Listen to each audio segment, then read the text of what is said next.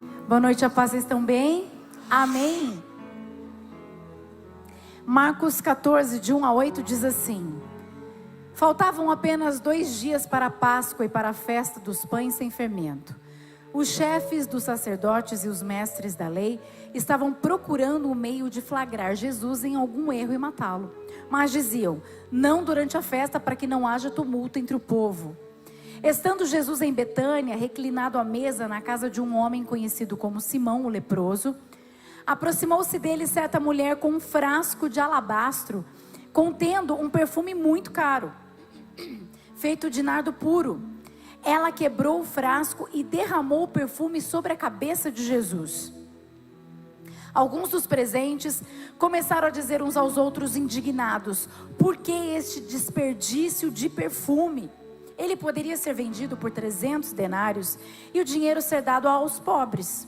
E eles a repreendiam severamente. Deixem-na em paz, disse Jesus. Por que estão perturbando? Ela praticou uma boa ação para comigo, pois os pobres vocês sempre terão com vocês e poderão ajudá-los sempre que o desejarem.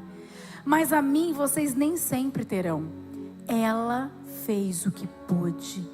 Derramou o perfume em meu corpo antecipadamente, preparando-o para o sepultamento. Em João 11, 1-2 diz assim: havia um homem chamado Lázaro. Ele era de Betânia, do povoado de Maria e de sua irmã Marta. E aconteceu que Lázaro ficou doente. Maria, sua irmã, era a mesma que derramara perfume sobre o Senhor e lhe enxugara os pés com os cabelos. A Maria da história, que está aos pés de Jesus, irmã de Marta, ocupada, porque Jesus chegou lá para almoçar, e ela ocupada com muitas coisas, brava, porque Marta estava lá, folgada, não fazendo nada, segundo ela dizendo: Senhor, não te importas? Chama ela para me ajudar. E o que Jesus diz? Marta, Marta, você está preocupada com muita coisa, uma só é importante. E Maria escolheu a boa parte. Essa mesma Maria que faz esse gesto aqui, que quebra o alabastro e derrama o perfume caríssimo em Jesus, causando um tumulto novamente, pela verdadeira adoração, pelo amor que ela tinha por Jesus. Essa Maria nos constrange. Primeiro porque ela nos ensina que nós devemos parar para ouvir Jesus. Porque quando você para para ouvir Jesus, você dá a Ele o valor que Ele merece. O segundo ato é consequência desse primeiro. Porque quando você para para ouvir Jesus, você não tem dificuldade de fazer muito além do que Ele pede para você fazer. É muito tranquilo. Você faz porque você ama. Você faz além. Isso nos constrange. O gesto de derramar o perfume sobre Jesus é considerado um nível profundo de adoração. E o que é adoração? É muito mais do que um ministério de adoração, de cantar na igreja. Adoração é adorar com todo o nosso ser. É dar o nosso melhor para o Senhor. E foi exatamente isso que ela fez. Aquele perfume era caríssimo. Valia quase 1 ano de trabalho.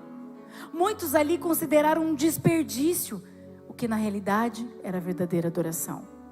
Talvez muitas pessoas falam para você: é um desperdício ir para a igreja. É um desperdício você estar no Segunda de Glória. É um desperdício você fazer jejum, oração, desperdício. É desperdício, mas o que é desperdício para o mundo é adoração para Deus. O que as pessoas chamam de desperdício é verdadeiramente adoração. Adorar é entregar o nosso melhor para Jesus.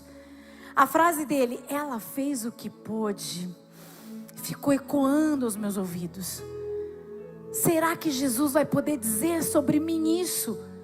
Ela fez o que pôde. Será que Jesus vai poder dizer sobre você que você fez o que pôde, que você deu o seu melhor? Se nós estamos ouvindo essa palavra hoje, certamente é porque Jesus quer nos lembrar de novo o significado da verdadeira adoração. Ela fez o que pôde significa ela deu o seu melhor. Ela adorou verdadeiramente. Você está fazendo o que pode com o seu tempo? Eu li uma frase: um dia bem-sucedido é aquele que permanecemos em contato com o Senhor, mesmo que muita coisa fique por fazer.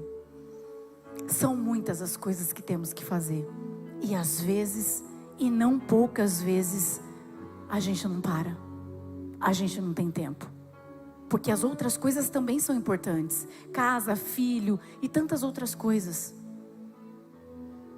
Mas um dia bem-sucedido, uma pessoa bem-sucedida é aquela que para permanecer no Senhor e deixar que as coisas secundárias sejam feitas no seu tempo.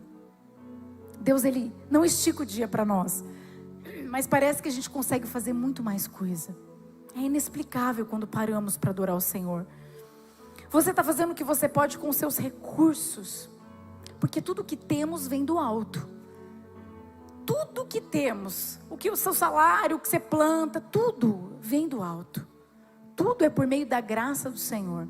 Eu lembro de uma jovem, ela não trabalhava ainda e ela ia fazer aniversário, ela estava muito empolgada. Pastor, eu vou ganhar um dinheiro, vou ganhar 100 reais de aniversário. Que legal. Ela falou assim, não vejo a hora porque eu quero dar na igreja. Eu falei, não faz isso, compra um presente para você, é o seu aniversário. Ela, pastora, eu quero muito ofertar na igreja. Esse é o meu maior presente, porque eu quero dar na igreja. Ela queria dar para Jesus o que ela estava recebendo. Algo que ela sentiu, como impedir algo assim. Aí teve um outro caso de um senhor, do irmão da igreja muito querido, que ele, na época da pandemia, ele ligou, mandou mensagem para o pastor e falou assim, pastor, eu tenho umas economias e eu quero pegar tudo que eu tenho e eu quero dar na igreja. O pastor ficou desesperado, nós tentamos reverter isso de tudo que é jeito. Irmão, não faça isso, irmão, são suas economias, irmão, olha o país como que está, irmão, a igreja está sendo bem cuidada, Deus está provendo na igreja, não está precisando. Ele falava assim, olha, não está precisando ser rapaz, né? Arranca todo o dinheiro. Ele falava assim, pastor, o senhor não vai me convencer, Deus já falou comigo, e é isso que eu quero fazer. Ele quer dar o melhor, Deus falou com ele. Deus testa o nosso coração. O que para nós é absurdo é a adoração.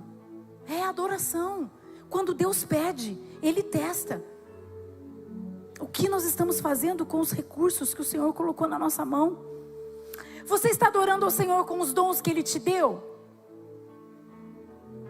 Aí você fala, não, mas eu estou esperando a oportunidade. Tá, mas enquanto a oportunidade não aparece, o que você tem feito? Você está se aprimorando, você está estudando, você está se preparando? Porque quem crê na promessa se prepara para o futuro. Eu preguei sobre isso aqui. Se Deus falar algo sobre você, se Deus colocou um dom em você, se você ainda não está pronto, você precisa se preparar, porque Ele quer te usar, porque se Ele colocou, é Ele que capacita. E você precisa estar pronto. Então se Ele falar algo, a gente precisa se preparar. Eu comprei uma Bíblia trilingue. Eu vou falar 3 idiomas, eu vou ser trilingue. Em nome de Jesus, porque Deus falou o que vai acontecer. Eu preciso o quê? Me preparar. É claro que é o Espírito Santo que vai me capacitar o pastor. Porque diante de tantas coisas, eu creio na promessa. E nós vamos estudar e nós vamos falar.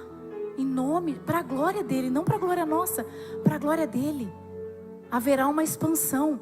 Então se você crê, se Ele colocou um dom, a gente precisa se preparar para o futuro. O que você tem feito com o dom que Deus te deu?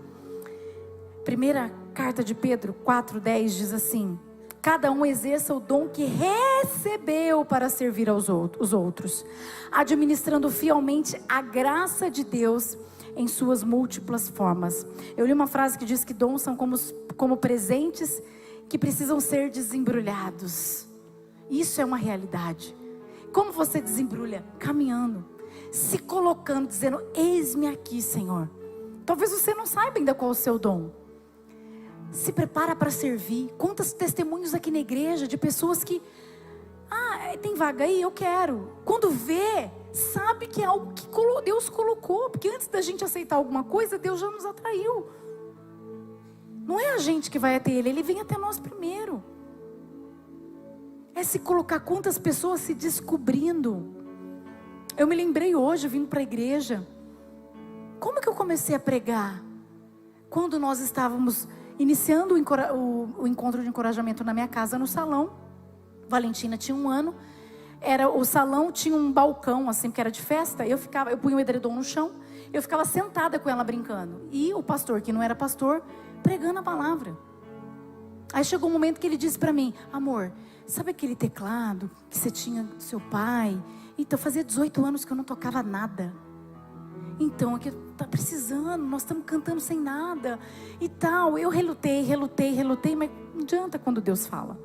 E eu fui lá desenferrujar o negócio. O teclado estava lá, esperando o tempo certo. Eu não sabia mais nem baixar tom, cantava, não sabia, mas sofri. Mas eu não falei não, eu falei, ok. Aí o que aconteceu? O pastor falou assim: então, agora, fala alguns versículos assim, antes assim. Eu falava, meu Deus do céu. Aí procurava o versículo que condizia com o cântico. Comecei a falar, aí coisas do dia a dia, analogia, que é o que a gente usa muito. Coisas que aconteciam comigo, coisas com a Valentina. Deus falava, fala com eles, ensina eles, conta a experiência que você teve. E foi assim. Eu não sabia. Eu não sabia que eu tinha sido escolhida para isso. Eu fui desembrulhando na caminhada. É na caminhada que você vai descobrindo o presente que Deus colocou dentro de você. Então a gente precisa o quê? Caminhar e falar, sim, eu quero. Muitas vezes nós damos desculpas que mascaram uma lista de medos mais profundos. A gente coloca um monte de coisa. Tem muita gente machucada que veio de outro lugar e fala, não, eu nunca mais vou servir, eu nunca mais vou fazer, eu nunca mais... Não dê desculpa, só fala, eis-me aqui, Senhor. Tem o tempo da desconstrução. E esse tempo é maravilhoso. Você senta, ouve, e na hora certa Deus te usa como nunca te usou antes. Existe a parábola dos talentos. Qual que é a parábola dos talentos? Um homem sai, a Bíblia diz que ele sai, chama os servos, ele sai em viagem, dá 5 talentos para um, 2 para outro e 1 para o outro. Vai em viagem. Quando ele volta, o que tinha 5, aplicou, falou, está aqui, Senhor. 10. O que tinha 2, está aqui, Senhor. 4. E o que tinha 1, enterrou. Deixou lá, escondidinho. O que a Bíblia conta? Que o homem fez? O primeiro, servo bom e fiel. Você foi fiel no pouco, sobre o muito eu vou te colocar. Glória a Deus. O segundo, servo bom e fiel, você foi fiel no pouco, sobre o muito eu vou te colocar. E o que ele fez o terceiro? Servo mau. Arranca dele e dá para quem tem mais. É isso. Se você não fizer o que Deus fez você para você fazer, outro vai fazer no seu lugar. Porque a obra não para. O reino não para. Com você ou sem você, as coisas vão acontecer. Agora, é um privilégio demais fazer parte. Deus não precisa da gente, mas Ele dá esse privilégio a nós de podermos fazer parte e nos sentirmos instrumento dEle. Você só precisa dizer, eu quero, Senhor, eu quero fazer parte. Plantar é diferente de enterrar. Plantar é semear para colher, enterrar é esconder. E com as milhões de desculpas que eu falei aqui. Jeremias 17:10 diz, eu sou o Senhor que sonda o coração e examina a mente para recompensar a cada um de acordo com a sua conduta, de acordo com as suas obras. Então, a gente vai estar frente a frente com Jesus. E é aí que Ele vai perguntar, o que você fez? Você está adorando ao Senhor com as atitudes, e as responsabilidades que Ele te deu? Ele vai te perguntar, o que você fez com a mulher que eu te dei? O que você fez com o marido que eu te dei? O que você fez com os filhos que eu te dei? O que você fez com a profissão que eu te dei? O que você fez com o emprego que eu te dei? O que você fez com a empresa que eu te dei? Tudo isso me adora? É um murro na boca do estômago, mas é maravilhoso, porque nos faz repensar. Eu sou a primeira a dizer, eu faço meia boca. Quando eu olho para mim, eu sei que eu posso fazer muito mais, não tem desculpa. Me constrangeu essa palavra, porque sempre primeiro é para nós. Falei, Senhor, me perdoa, eu quero ouvir. Ela fez o que pôde, é o que eu almejo, é a minha caminhada. Eu quero fazer tudo aquilo que o Senhor me propôs para fazer, só que eu quero fazer da melhor maneira possível, com todo o meu ser, dando o meu melhor. O que você está fazendo quando Deus diz não para você?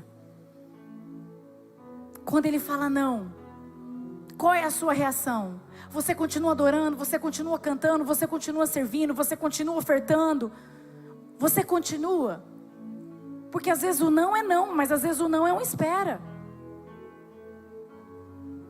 Como nós temos dado o nosso melhor para Deus? A missão que Ele deu para você, você está fazendo o que pode, ir de fazer discípulos? Que é o quê? Falar dEle, onde você estiver. Onde você estiver, falar de Jesus. A igreja é muito conhecida na cidade. A pessoa que trabalha, a pessoa que onde vai, fala, você é da missão. E isso aumenta a nossa responsabilidade demais, irmãos. Porque nós estamos sendo analisados, nós estamos sendo conhecidos. Então a maneira como você se comporta no trânsito, na padaria, todo lugar, mostra Jesus ou não. Você está adorando ao Senhor em todo momento. Você está pensando que toda a situação, e é assim que eu e o pastor a gente pensa. E às vezes eu vou falar, tem dia que só Jesus na causa, porque acontece um monte de coisa para a gente estressar. Mas a pessoa fala, oi pastora. Aí você fala, meu Deus, eu não posso, ela precisa conhecer Jesus. Não posso, nós não podemos. Nós temos que dar o nosso melhor. Nós temos que matar a carne. É impossível ser como Cristo sem Cristo. Não adianta. Obediência é fruto de adoração. Maria nos mostra que quando escolhemos parar tudo para ficar aos pés do Senhor, nos tornamos amigos de Jesus e verdadeiros adoradores. Que esse ensinamento seja para toda a nossa vida. Essa semana está só começando, um presente de Deus para nós, um novo tempo. Que você faça diferente, que você faça além. O que você já faz, faz além. Faz mais, faz para Ele. Com essa intenção de adorar, de amor. E que você também tenha o mesmo desejo do meu coração. De chegar e esperar ouvir dEle. Ela fez o que pôde. Amém? Feche seus olhos. Senhor, muito obrigada por essa palavra, Senhor. Como nós cantamos aqui, às vezes estamos satisfeitos com tão pouco, quando há muito mais de Ti para contemplar, e nós só vamos contemplar, e só vamos alcançar tudo isso, se dermos o nosso melhor para o Senhor, o nosso tempo, os nossos recursos, os nossos dons, se cuidarmos daquilo que o Senhor nos deu, as responsabilidades, a nossa casa, os nossos filhos, o nosso cônjuge, a nossa empresa, Pai, tudo é Teu. Que possamos ter todos os dias essa consciência de que nada é nosso. Se fosse nosso, é muito vulnerável. Um dia temos, outro dia não temos. Mas quando estamos, consagramos tudo ao Senhor. Quando fazemos o que podemos, e o Senhor é quem analisa se podemos ou não. Porque às vezes damos desculpas, mas nem nós sabemos o quanto nós podemos fazer para o Senhor. É no tempo com o Senhor, é fazendo que nós vamos desembrulhando e descobrindo que podemos cada vez mais, Pai. Perdoa as nossas falhas, perdoa os nossos afazeres, perdoa as nossas desculpas, Senhor. Nós somos um povo que quer ouvir do Senhor que fizemos o nosso melhor, que demos o nosso melhor, um povo que Te adora verdadeiramente. Por isso eu já Te agradeço por essa palavra, em nome de Jesus, amém. Aplauda Ele, glória a Deus, aleluia.